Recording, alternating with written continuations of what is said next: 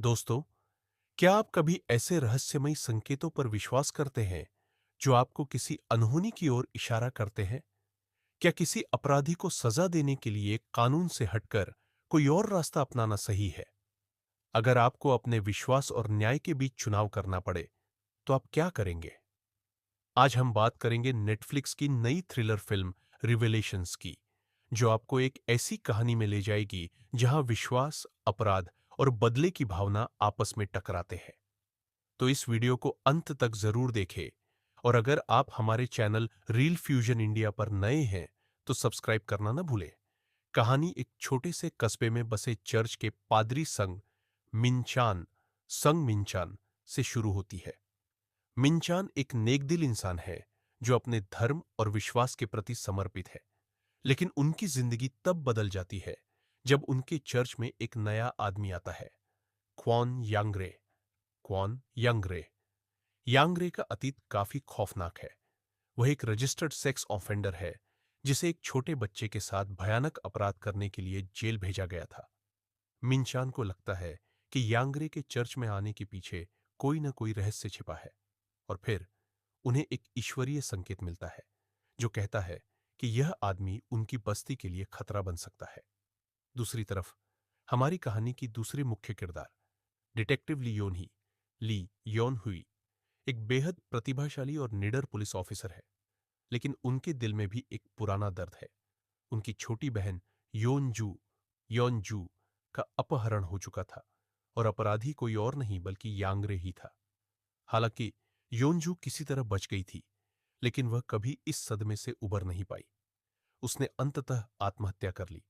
योन ही इस घटना को कभी नहीं भूल पाई, और जब उसे पता चलता है कि यांगरे फिर से खुली हवा में घूम रहा है तो उसका गुस्सा फूट पड़ता है। इसी बीच एक और लड़की आयंग ए योंग रहस्यमय तरीके से गायब हो जाती है। योनही को शक होता है कि इस वारदात में यांगरे का हाथ हो सकता है।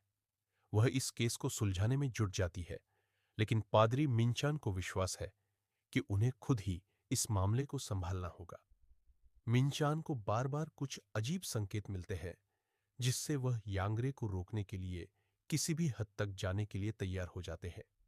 दूसरी तरफ योनही कानून के रास्ते से आगे बढ़ती है, लेकिन उसे अपनी बहन की मौत की यादें परेशान करने लगती है। जैसे जैसे कहानी आगे बढ़ती है, हमें पता चलता है कि यांगरे एक मानसिक बीमारी से ग्रसित है। उसे अपने बचपन में बहुत यातनाएं सहनी पड़ी थीं, जिससे उसके दिमाग में वन आइड मॉन्स्टर, एक आंख वाला राक्षस का भ्रम बैठ गया था। उसे लगता था कि इस राक्षस को शांत करने के लिए उसे बच्चों को तकलीफ देनी होगी। आखिरकार मिनचान और योनही को यांगरे की सच्चाई का पता चल जाता है।